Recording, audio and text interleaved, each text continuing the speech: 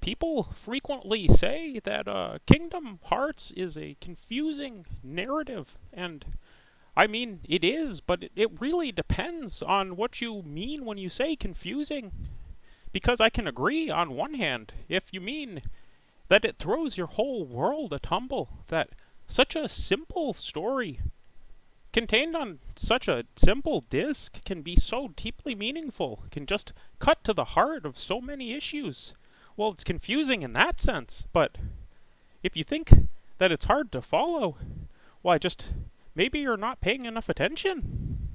So, I figured I'd break it down for people at a very basic level in a video.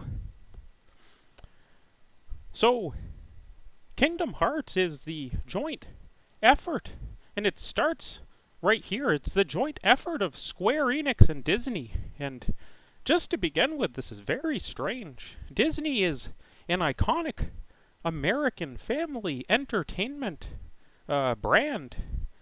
They're responsible for translating classic fairy tales into a modern format to enchant children and to remind adults of the stories that they grew up with. And Square Enix is a Japanese company that's responsible, amongst other things, for a series called Final Fantasy. Now, Final Fantasy is incredibly Nietzschean. I mean, final meaning death, meaning the end, and fantasy, meaning our ability to interact with the world in a fantastical nature, in a magical nature. It is almost just directly the death of God, the death of magic in the world.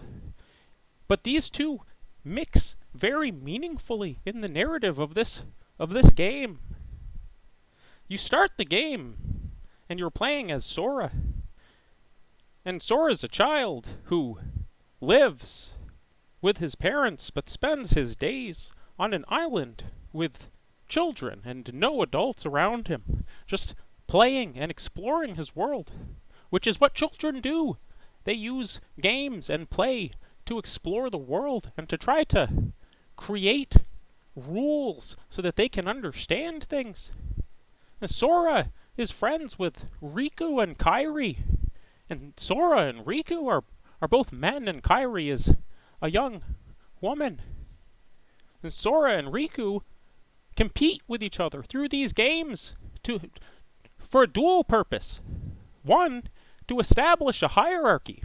They mimic combat, and they play games that develop skills that they don't understand that they're going to need to use to survive in a world that for some reason has an emphasis on platforming. This also serves a twin role for a contest for female attention. They both desire Kairi. Through these games, you travel outside of the childhood that's represented by the island. You get to a point where everybody starts understanding that they'll have to leave the island eventually, and they talk to each other about it. And through talking to each other, it becomes inescapable. And very, very quickly, things start building up. Sora has dreams, strange dreams. And inside of these dreams, he's in a church-like environment with stained glass representations of himself in paths, different paths that he could take through his life. You pick your build inside of a church, and you're given the tools that you need to decode and unlock these narratives in a church. This isn't an accident. The church is an entire structure built around books, built around these stories. These stories are fundamental to our understanding.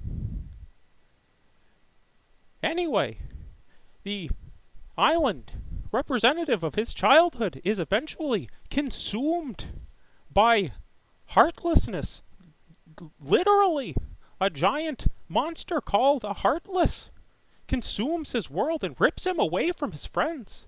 And he spends the rest of the game trying to rediscover his friendships from his childhood.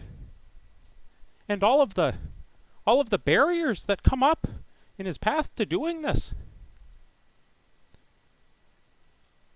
Anyway, Sora wakes up in a different place. It's a city filled with adults. It's a place for refugees, where this heartlessness is destroying worlds, and people are waking up in this city, but the city is such an adult place that it's filled with monsters and dangerous situations that Sora has a hard time navigating until he meets up with two powerful totemic animal protectors in the form of Goofy and Donald. Now, Goofy and Donald are this bizarre juxtaposition because they're like these childlike protectors. They're adult characters with responsibility, but they have speech impediments, and they're clumsy and malformed, but very, very serious and very dedicated to their role. They allow Sora to keep his identity intact while he interfaces with all of these advanced narrative structures. As the whole game is about going into these fairy tale worlds and just and fully immersing yourself into them and getting to the root of the narrative and fighting against the postmodernism, against the meaninglessness of the Heartless, because that's what they're after. They're trying to get to the heart of these stories and eradicate them like a cancer. But Sora, he'll get to the heart of the stories first, and he unlocks them. I mean, this is some huge stuff. This is just the beginning of the game, too. I'm not even getting into the part about incorporating your shadow